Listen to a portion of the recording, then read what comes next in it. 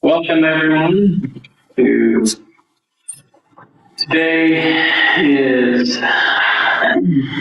Monday, December 22nd. The time is now 5:30 p.m. and the Mid-Road Fire District Board of Directors will call this meeting to order. And we will take roll call, please. Director Here, yes. Director Benetti. Here. Director Whiteley. Here. Director Ownby. Here. And Director Jones. Here. Yep. And our administrative assistant is here as well. And if you would join me for the pledge. Pledge allegiance to the flag of the United States of America and to the republic which stands one nation under God, indivisible, with liberty and justice for all.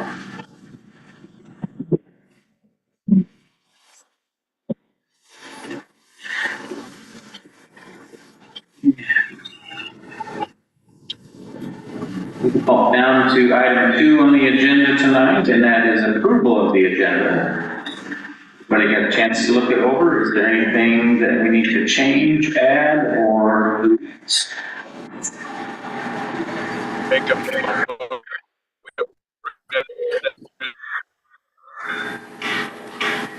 I didn't quite hear you, Tom.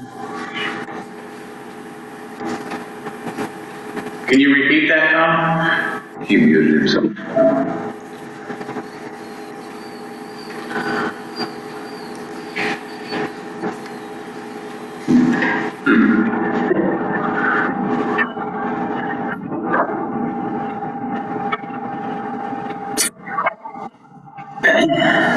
Can you hear us, Tom?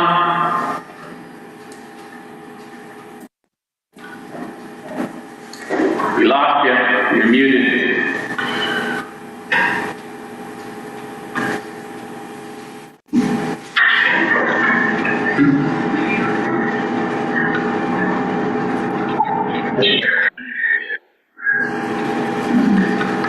Still shows you muted. No, that might have been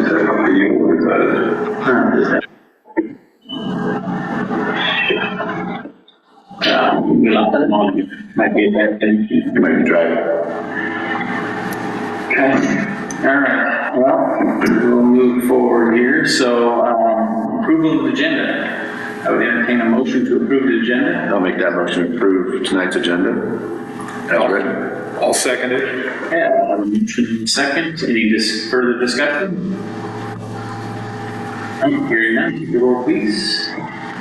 Director Benetti. Yes. Director Whiteley. Yes. Director Ownby. Yes. And Director Jones. Yes. Motion passes 3-2. However, we can move down. Yep, there you go. Okay, now I'm back on. Can you hear me? Hear you loud and clear now. There we go. You didn't miss anything. We just approved the minutes. The agenda. Yeah, I got muted off. Say again. So you got rid of Moving to item 3, approval of the minutes. Everybody get a chance to review the minutes from the 8th? Any questions or concerns? We've entertained a motion to approve the minutes. Make a motion to approve minutes for separate meeting. I'll second. We have a motion and a second for approving the minutes for December 8th. Any further discussion? Hearing none, take the roll, please. Director McGowan. Director Benetti. Yes. Director Whiteley. Yes. Director Ownby. Yes. And Director Jones. Yes. Motion carried. 5-0. Right along, item 4, Secretary and Treasurer's Report. All right. Our Evergreen account wise, since the last meeting, I renewed our post office box and Currently, we're at $302,645.88, and outstanding, we have a Verizon phone bill, a daily courier bill for the advertising for the open position, and also I'm waiting on the invoices for the room rental. Yeah, so we're at 125 for October and November. Okay. I believe that's what it was, 75 and 50. So I can get a check tonight if you want to. okay, and I will forward those to you in an email when we're done here. Okay. And then, I had them in your email because they were sent, so we're able to figure out what's going on with the email. and then I got a hold of Rachel with LGIP this morning, and there was an issue with emailing that, so she emailed my other email address, and that's in motion right now, and we should be able to have that wrapped up right after the first and be all set up. Is there some setup stuff that we need to do? Yeah, I need to get with you or Cassie, they sent me a secure email and I can't get it to open. So I don't know if I'm missing some step or something, because it's all got to be under secured email, all those transactions from them. That's all I have. Thank you, sir. And you got the receipt for the business cards, correct? Yes, that was already taken out, yeah. And I did order 2 shirts for Randy from him, so we should get an invoice. Okay. Yeah, that invoice, it'll be the end of the year, or end of the month invoice that we get for all the office. Yeah, I'm not ordering it.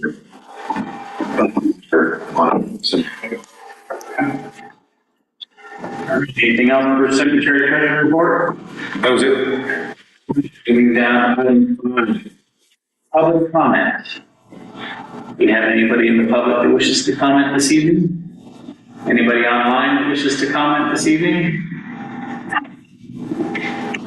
Hearing none, we'll move out of item 5 and move into item 6, old business. The Budget Committee application and process update. We have, maybe we've received how many? 2, 3? We have received 2 applications for the budget committee, and so we still need 3 more to be able to make a full board, or full committee. I would probably suggest maybe even sending out another notice out to the courier, or maybe doing something on Facebook to just kind of put information that we're still looking. The statute does allow us to go with less than, as long as we've done our due diligence of trying to fulfill, but I think that there's still enough time to try to fill those.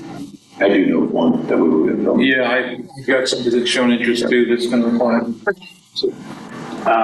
So we did do one notice in the courier. Yes. Okay, so we did the second notice in the courier. We do police and site. And Yeah. if they go to the website, let's see the map. We're these. Perfect. So spread the names. Second notice in the courier. What was the deadline? The 30th. 30th, yeah. Right. Yeah, because we want to get started in January. Yeah. 30. And we were in the 30 days, so whatever day we started it is. I put out 3 or 4 feelers this week of actually sharing the website and the application. I know Randy was saying he's got somebody that would be great and beneficial, so if we can get at least a few more than we need, it would be nice to go through the process.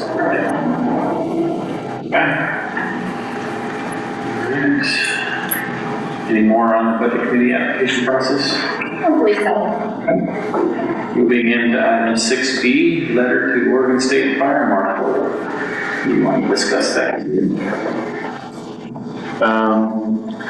After our meeting, beginning of December with the state fire marshals, we agreed that we would just basically write a letter that acknowledges them as being the fire code and swords for our district, and asked Cassie to write up a letter, which she did and provided it for us tonight.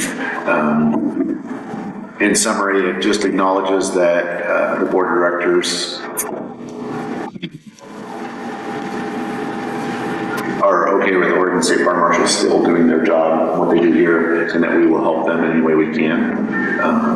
And again, it's not to override anything they're doing, it's just to let a recording saying we will participate. I don't know if we need to read it word for word. So this doesn't interfere though with the designation of rural metro chief doing the reporting process? Is that still? Yeah, that should be fine once we get an FDID for Red Road. Yeah.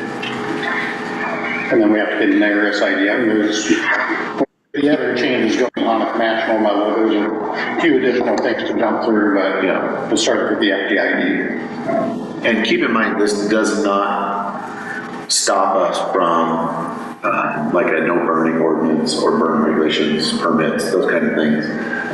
What this is doing is we're accepting the state fire building code, fire Adopting their code. and allowing, and recognizing their enforcement. We're not changing that code at all. Any changes that we did want to do, we'd have to submit them to them, and they go under review. It's a big process. The easiest thing is to acknowledge them, adopt theirs, and then that's pretty much what we need to do there. But we still have the ability to create ordinances within our district. So I do have a question about this. Go ahead. What is the fee assessment attached to this letter? If we're just acknowledging that we recognize the Oregon State Fire Marshal, their codes and ordinances, we adopt and recognize and accept for the district, what's the fee assessment? There's no fee at this time. That they have not. I just recognize the language of fee assessed, and wasn't clear on what that fee assessment would be for. If it was for, I don't know. I don't have any idea what that fee assessment would be for. Which paragraph are you referring to, or are you driving? No, yeah, it was towards about 3/4 of the way through that document. I'm not looking at it right this second, but it mentioned fee assessment for services.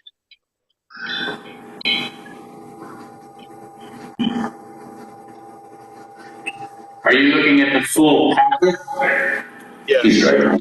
Okay, so in the full packet, the fee assessment is the discussion for the public records request fees for the board order. The packet just has all the pages together. So it's a separate page from this, from the state fire marshal. Okay. All right. That makes sense.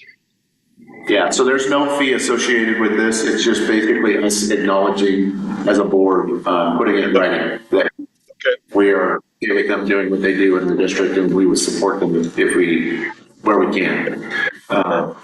And also, Chief, out of that meeting, he was going to follow up with you guys about now that we're in a new relationship.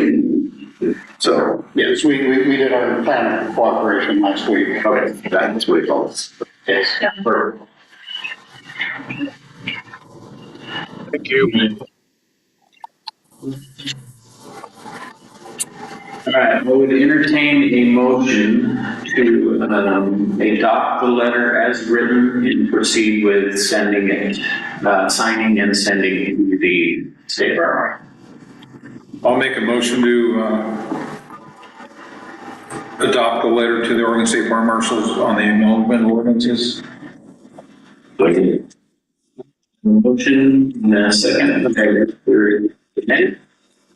Any further discussion? Hearing, take the roll, please. Director McGowan, Director Benetti? Yes. Director Whiteley? Yes. Director Owenby? Yes. And Director Jones? Yes. Motion carries 5-0. We'll sign this one and I haven't been to hear it, keep it her phone too. okay. So, well, that way everyone.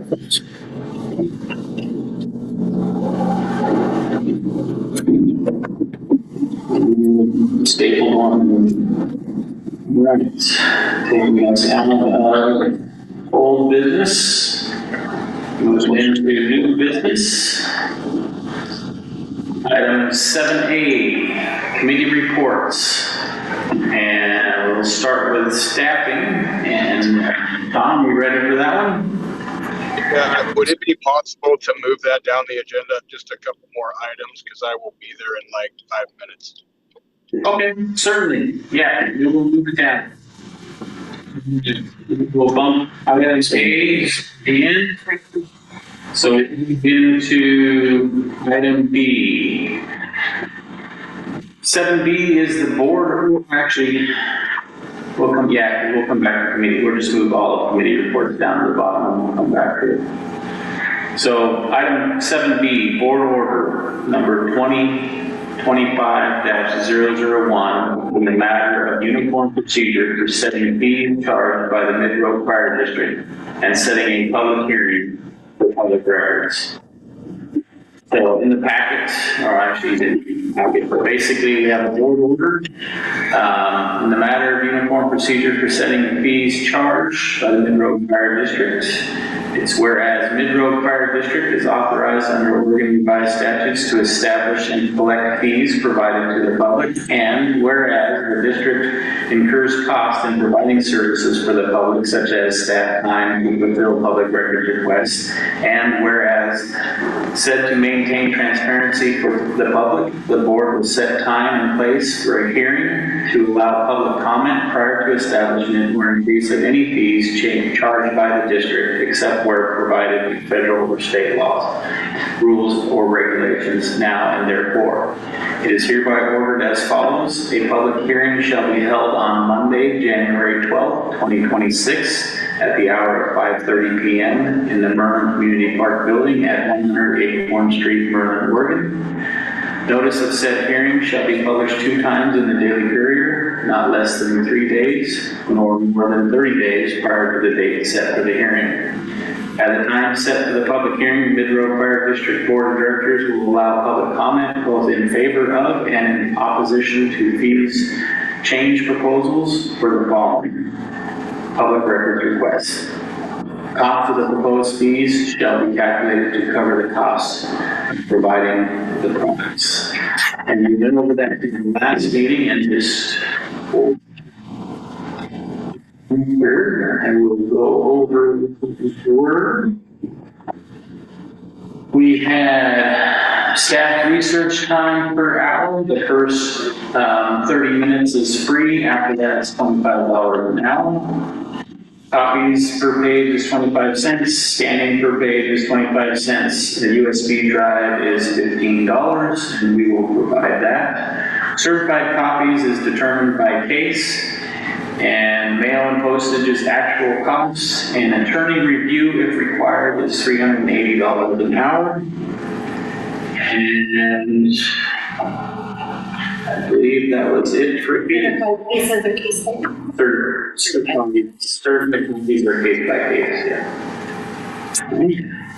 So with that, for this board order, we need a motion. So entertain a motion to move forward with the board order. I'll make a motion to move forward with board order 2025-001. I'll second it.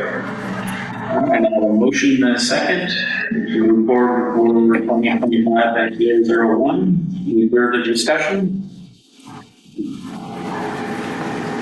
Hearing none, we'll take the roll, please. Director McGowan? Yes. Director Benetti? Yes. Director Whiteley? Yes. Director Owenby? Yes.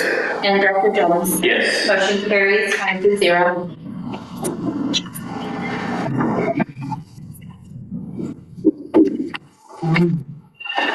Moving down to item 7C, the Grants Pass and Josephine County Chamber of Commerce membership.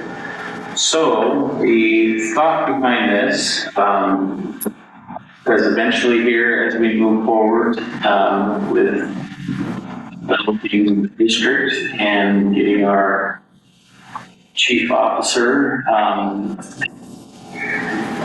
being included with, or being a member of the Grand Pass Chamber of Commerce, Grand Pass County Chamber of Commerce, may be beneficial as the businesses will be affected by how we move forward with revenue streams.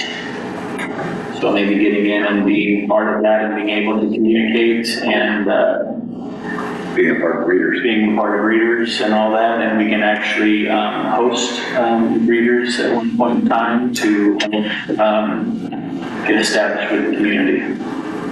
What's the annual membership for I chamber? believe it's 3 something, I should have looked that up. Oh, yes, the record down, it's just way down, so let's get down, we can get it. That's for the room. Oh, for, yeah, Brandon. Right?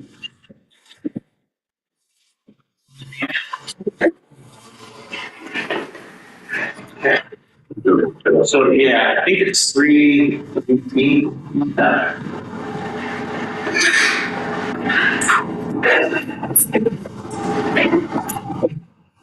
Any other questions or concerns about becoming a member on that? All right, we'll look up the fee here real quick.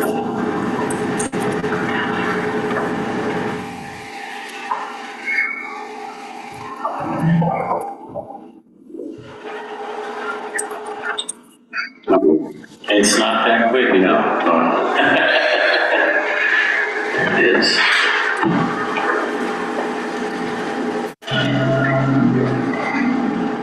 And the fee? Nope, of course they don't. Yeah, I believe it's 3. They went up this year. Used to be $2.99. I think it's 3 something now.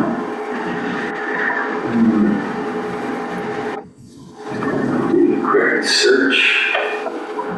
What is the cost of Grants Pass Chamber of Commerce membership?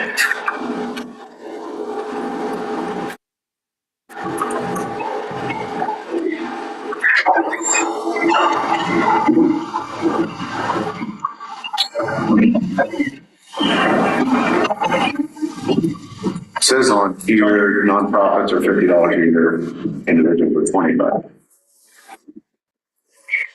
So here's your available Pacific-based business rates are not detailed in the their websites. So Membership packages, bronze, silver, gold. It's better than several membership levels. Basic membership is start at 200 and maybe on street. So we can look into it. Yeah. Well, I would, were you following along as you walked in the door? Okay. Very pick up where we're at. So I would entertain a motion to approve, or excuse me, entertain a motion to approve joining the Grants Pass of Josephine County Chamber of Commerce. So moved. That's a motion. The motion, I'll second the so moved. So I have a motion and a second. Further discussion? No, I think it's a good thing. Okay. Take a roll, please. Director McGowan? Yes. Director Benetti? Yes. Director Whiteling? Yeah. Director Owenby? Yes. Director Jones? Yes. Motion carries 5-0. Get the, all right. Let's go ahead and jump into 7B, which is the proposed rural metro rate increase for 2026. And I will turn that over to Chief Nelson. Thank you. As the letter outlines, we have a couple different billing methodologies. One is by square foot of the property. The other one is by VSS value. up to the first 5 acres, and mimicking a fire district, that fee scheme. The assessed value ones generally go up because assessed values are going up. The square footage folks, the system that we adopted currently is that would increase every other year at 3%. So the last one we did was for January of 2024. So this would be seeking to go up 3% as of January 1, 2026. And the way the billing system works, a new member would pay that rate as of January 1st. Anybody that's currently a member, it doesn't actually kick in until March 1st because of the complexity of how they do all the billing. And you'll see on there the minimum, the minimum charge that we have on various types of occupancies, asking that also goes up 30% just to kind of keep it all in line.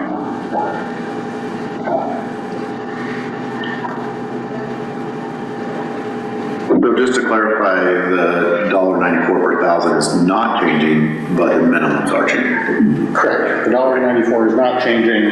The minimum would just be going up instead of $100 to $130. And that's across the board for all the minimums? Yes. Okay. Yeah, the only ones that don't have minimums are those flat fees, because it is just the flat fee for those. And I noticed on some of these, well, on all of them, but like for instance, the 1 to 5,000 square foot, you're basically going up, for commercial, you're going up 0.5 cent, right? Is that correct?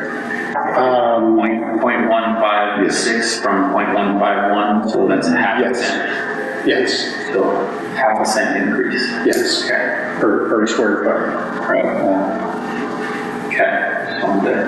Yeah. Oh, I see. 15 cents per square foot. It's 15 cents per square foot. Now it's 15.6 cents. So it went up 0.5 cent. And then the storage building went up 0.2 cents, basically. So it's a very minimal increase. Yeah, 3%. Yeah. Any further questions on this? Okay, I would entertain a motion to approve the rural metro rate increase for 2026. So we make a motion to approve that, or we just acknowledge there? I believe we need to have a motion to approve that, since in our contract we have to approve all rate increases. Is that what it is? Yes. Okay. I'll make a motion to approve the rural metro rate increase for effective in 2026. Second. Okay, I have a motion and a second to approve the rural metro rate increase for 2026. Any further discussion? Roll call, please. Director McGowan? Yes. Director Benetti? Yes. Director Whiteland? Yes. Director Owenby? Yes. Director Jones? Yes. Motion carries 5-0. And do you need us to sign off on that, sir? For that? Thank you.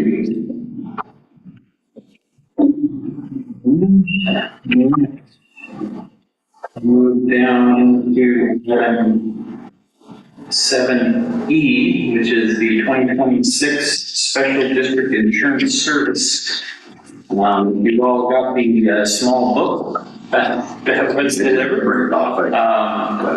It gives us the full rates for 2026. If you remember, when we got established we got elected sworn in July. We then got with SDIS and had them work up a rate,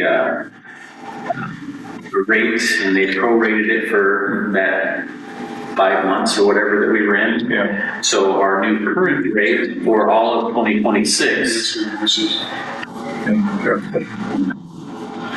let me get it here. Don't say, it's like 3,068. Yeah, there it is. $3,068. And then you saw the breakdown of everything covered, liability, the clarification, For clarification, that book that they sent us, was that just a breakdown of every coverage? Yes. yeah, it is the breakdown of all the coverage. All the things, all the elements covered under the policy. Right. And then the total amount that would be due for 2026 is the $3,068 at this time. I did discuss with them that we will be adding an employee and possibly a vehicle. Mm-hmm. So at that point in time, once we do that, then that policy will be adjusted and there'll be a different cost. And there was a earlier discussion, there's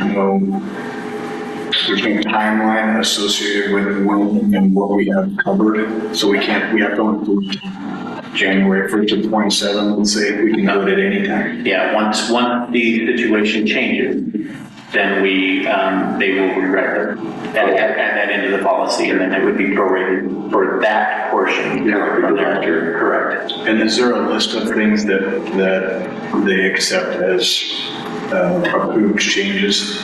Meaning us hiring an employee constitutes an open policy or an open Enrollment. Yes. Yeah, it changes. Yeah. In the discussion with them, once we do add an employee and the vehicle, then we'll change the policy at that point. He said there's no sense in doing it now because we'd be paying for it when we don't need it. Yeah.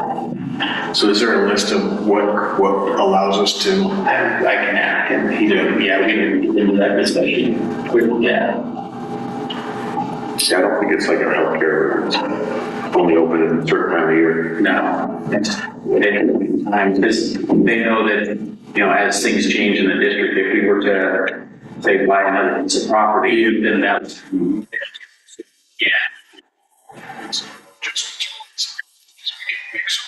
Growth.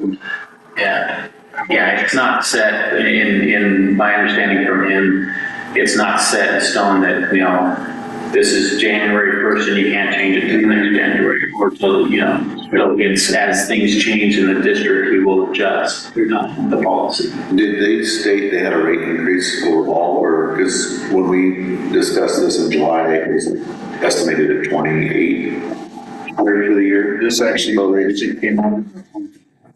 Yeah, in a sidebar conversation, next to Dr. Jeff, the WHA, and he just said that the cost to insure is just like we're experiencing, or property owners are experiencing with their homeowners for fire protection. They're experiencing some pretty astronomical increases, so they tried to limit that impact across all of the areas they serve. Well, the other thing I know we But some pretty extensive increases. We added the cyber and different things to it, so I know we added more. In the very beginning, like the base cost, if we went with everything at that point in time, was like $4,500. Okay. But because we only had pieces of it at that time, it came out really low, and then it was prorated for the 5 months that we needed. Pretty low. Yeah, This will be for the whole year. Yes, I make a motion, we move forward with our FCIS insurance policy as written. Great. Yeah, it was 1,067. Yeah. That we paid, the prorated amount. 5 months. Yeah. Okay, I have a motion and a second to move forward with our SBIS insurance coverage. Any further discussion? Hearing none, take the roll, please. Director McGowan? Yes. Director Benetti? Yes. Director Wiley? Yes. Director Owenby? Yes. And Director Jones? Yes. Motion carries 5-0. And when I email them back with this, Ralph, I'm gonna have him start coming through you. Okay. He just, because I set it up originally, he's been so we'll get it moved up to Okay. Not that you want more things to do, but who's delegating? I gotta delegate. Yeah. Okay. All right, we'll move out of item 7E and we'll get back into item 7A now with committee reports. So, anything else? Yeah, For this thing, where we are at this point, having a finalized draft job description, would it be best to take that in executive session? so for the job description itself, needs to be discussed in public. It's, executive session is for the pay and housing section. Other than what's already been reviewed, the only thing I discussed is pay, benefits, and working conditions. So as far as what we have here, this is, do we want an approval to move forward with this? Well, it's missing those three elements, pay, benefits, and working conditions. Okay, so once we come out of the executive, we can do that then, okay. So do we have any further for training? Well, let me go back to that. Let me ask this question. Did everybody get a chance to review that in its entirety? It is very extensive. Yeah. So I guess I'll share that it was reviewed with SDAO's HR division. They don't have a legal attached to SDAO. They suggested that we have our legal review it. However, their HR has some legal ties and elements to their HR division. So what was added was some language to expand on working conditions, to expand on working environment. It detailed that out more as opposed to a little bit more flexible language, which the intent still remains the same. It just details out what that flexibilities look like. And as an example, a 40-hour work week, it breaks down that the expectation is 40-hour work week. However, instead of getting expansive on the language, 1 week you may work 20 hours, the next week you may work 70 hours. We understand that flexibility is going to come as job needs require. And we understand that is part of the requirements, part of the job that we're asking to do. So it broke that down, which I was informed that is a much stronger job description. Chief Slutman was the one that him and I worked pretty extensively on the language. He did reference in the email that he pulled a lot of it from too recently. Neither district was newly formed, but it was a new district and an acquisition of others between municipalities and districts. So their intent was very similar to being a new district and how we're moving forward. They have a lot of the same efforts that are being put out. However, all of them have tax bases already established, so the community support is different. But they're looking to increase and grow and go further. So I feel it's very fitting. I feel it's very inclusive and complete. Other than the elements of pay benefit and working conditions and expanded working conditions, I feel like it is ready to move forward once we have a discussion and conversation. So do we, we're ready to move forward with this, we need to send this to our legal. I would suggest that we do send it to our legal for approval. And that was Chief Slutman's recommendation as well.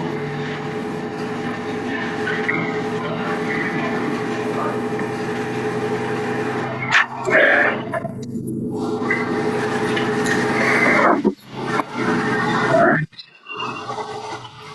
Is there any more on this for right now? Nope. Okay. How about training? Yeah, so updates? I reached out to Vector because what was shared with me regarding to using our most recent training at the OFDA conference, I wasn't super comfortable that our training was being logged in a method I could get access to or we could have access to. So all that to say is that it's not, everything we do through Vector Solutions is logged. SDAO has a log of who attended the trainings at the OFDA conference. OFDA has a log of who attended what trainings. So if we needed those for the time being to show proof that we attended the courses recommended, I'd have to reach out to those individual groups. But I'm in the process of trying to capture that information, input it into Vector, so we have all of it in one spot. That'd just be manually inputted, which is just fine, so that if I pull a report, so I'm working, that I intend to move us in that direction. So from this point, once I'm able to bring that into Vector Solutions, under our mid-road Vector Solutions account, any future trainings, education, conferences, seminars that we attend, so just, I will input that so we have more record education. I'll get Director Benetti an email, yes. And I'll look into the your email address issues. I think some of it might be that he's using the password protected app. Because ours already require password protection. Yeah, work with them, We have that experience. We'll work it out. Okay, back into committee reports. We have communications, which I don't believe we have anything at this time. Policy, we don't have anything at this time. And prevention, We're still working on, we've got the state farmership thing done, but we're working on the insurance. We have another meeting scheduled in January. After we meeting. any further discussions on our committee reports? I do have a question. Yes. Am I going to pick up what Roy was working on prior? He was on one committee. If you would like to. Personnel.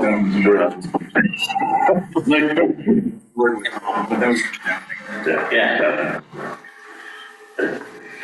So Like willing to accept that if you. set that on the day over. Volunteer. You volunteered to be here. Third time, very cool. All right. And then we'll move into item 8, correspondence and review of letters, emails, or documents received. No, just those invoices. These are Or a funny cat. yeah. All right. So hearing none, we'll move into what's going on here. Additional matters of the board. Yeah, but we can do an executive session on it. I had 2 pages. So, all right. Second, wait, it's not. Additional matters of the board. Just need to let you know that I will not be here for the next meeting. It will be free. And that I could be available for quorum if we have to resume, but otherwise I believe I'll be there.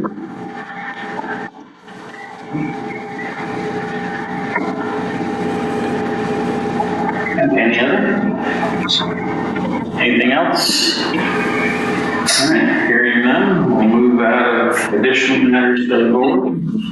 Yes. Interject. Yes.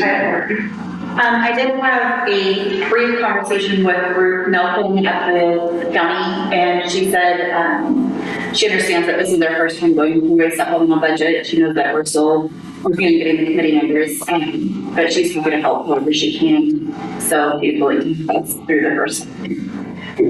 Thank you.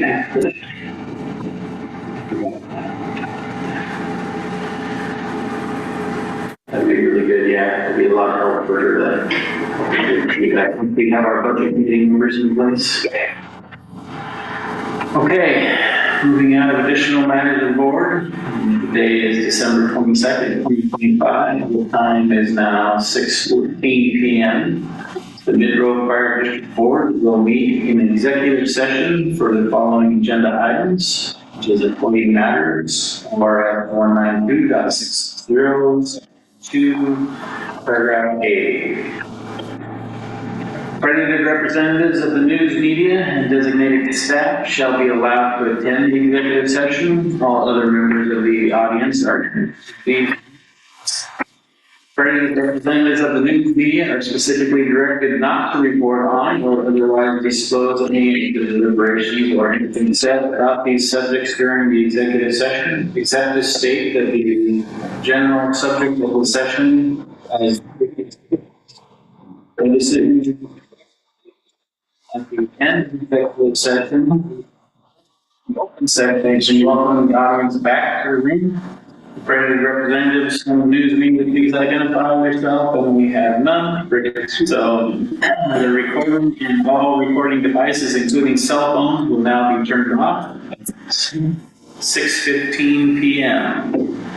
I can't turn my cell phone off because it's got all my notifications. Merry Christmas. Maybe, thank you.